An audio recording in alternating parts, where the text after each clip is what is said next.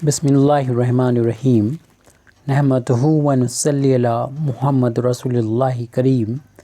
ये problem convergency की है, in sequence and its convergence so that the sequence a n is equal to -1 to the power n does not converge. तो हमको ये prove करना है। ये एक थ्योरम के बेस पर हम प्रूव कर सकते हैं। इसको हमने पहले से यहाँ पर लिख रखा है, तो इसको आप सॉल्यूशन में इंक्लूड भी कर सकते हैं या फिर डायरेक्ट भी कर सकते हैं। तो इसको लेकिन बाद में लिखें।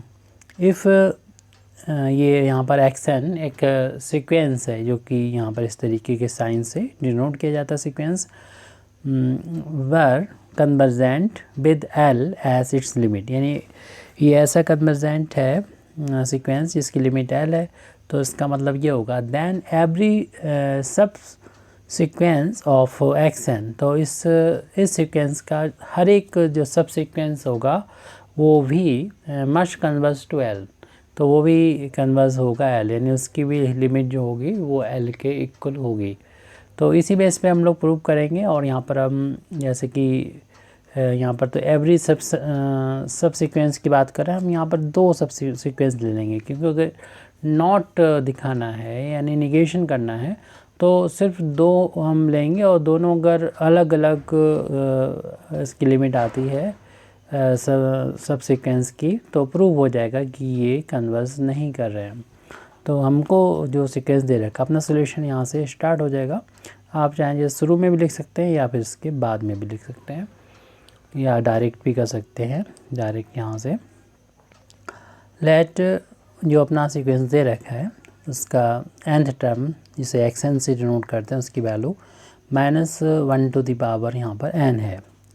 अब यहाँ पर हम 2 इसके सब सीक्वेंस के टर्म ले लेंगे, सो दैट यहाँ पर हम x2n-1 ले लेते हैं, यानी जो भी हमारे ऑड वाले हैं कि ऑड पावर यहाँ पर रखेंगे। जैसे n है तो n में आ रही है, और यहाँ पर ये वैल्यू जो है ऑड पावर है, तो ऑड पावर जब होगी यानी 1 3 5, तो आपको मालूम है उसकी पावर -1 की पावर अगर ऑड होती है तो उसकी वैल्यू -1 मिलती है। इस तरीके से ये जो वैल्यू आएगी वो -1 के इक्वल आएगी हर एक टर्म की वैल्यू।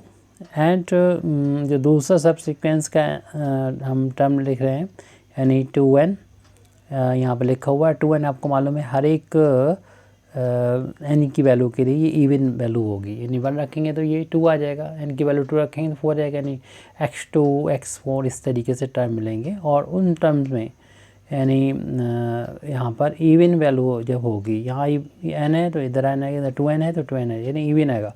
-1 की पावर आपको मालूम ही है कि अगर इवन होता है तो प्लस का 1 आता है। इस तरीके से हम देख रहे हैं 2 हमने अलग अलग सीक्वेंस सब सीक्वेंस के n टर्म लिए हैं, और उनकी जो लिमिट है, क्योंकि हर एक टर्म की वैल्यू इतनी ही आएगी तो ये सीक्वेंस की लिमिट कहलाएगी। देख रहे हैं एक सीक्वेंस की लिमिट -1 होगी और दूसरा जो है वो कन्वर्स करेगा +1 पर। दोनों अलग अलग आ रहे हैं, और जब अलग अलग आएंगे तो इस थ्योरम जो हम लोगों ने यहाँ पर लिखी है इस बेस पर हम कह सकते हैं कि जब हर एक सब सीक्वेंस की लिमिट सेम आती है तभी वो कन्वर्स करता है, और अलग अलग आएगी तो कन्वर्स नहीं करेगा। तो इस बेस पर हम लोग यहाँ पर लिख सकते हैं। तो अभी हमने चूँकि टर्म्स के बेस पर इसको भी आपको दिखाया है, लिखा है, हम अब सीक्वेंस के बेस पर इसको लिख देते हैं। सिंस द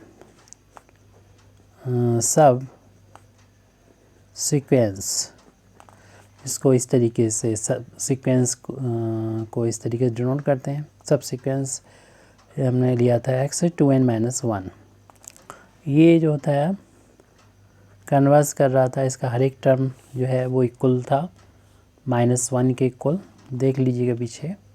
एंड द जो दूसरा लिया था द सब सीक्वेंस, दूसरा सब सीक्वेंस लिया था जिसको हमने xn इस तरीके से सब सीक्वेंस डिनोट किया जाता है, और ये 2n होगा यहाँ पर, तो x2n उसकी वैल्यू आ रही थी कन्वर्स कन्वर्स टू +1, तो यहाँ से हम कह सकते हैं वी कंक्लूड दैट जो अपना गिवन सीक्वेंस था जिसे एक्सन से डिनोट किया था इज़ नॉट कन्वर्जेंट। आप चाहें तो उसको ऐसे भी लिख सकते हैं -1n, ये सीक्वेंस जो है वो कन्वर्जेंट नहीं है। ये प्रूव हो गया अपने थ्योरम की बेस पर, या हमने ये दिखा दिया कि अलग अलग जो सब सीक्वेंस दे रखे हैं उनकी वैल्यू सेम आना चाहिए, क्योंकि अलग अलग आ रही है तो ये कन्वर्जेंट नहीं हुआ। Thank you very much Indeed for listening me व आखिर दावाना अल्हम्दुलिल्लाहि रब्बिल आलमीन।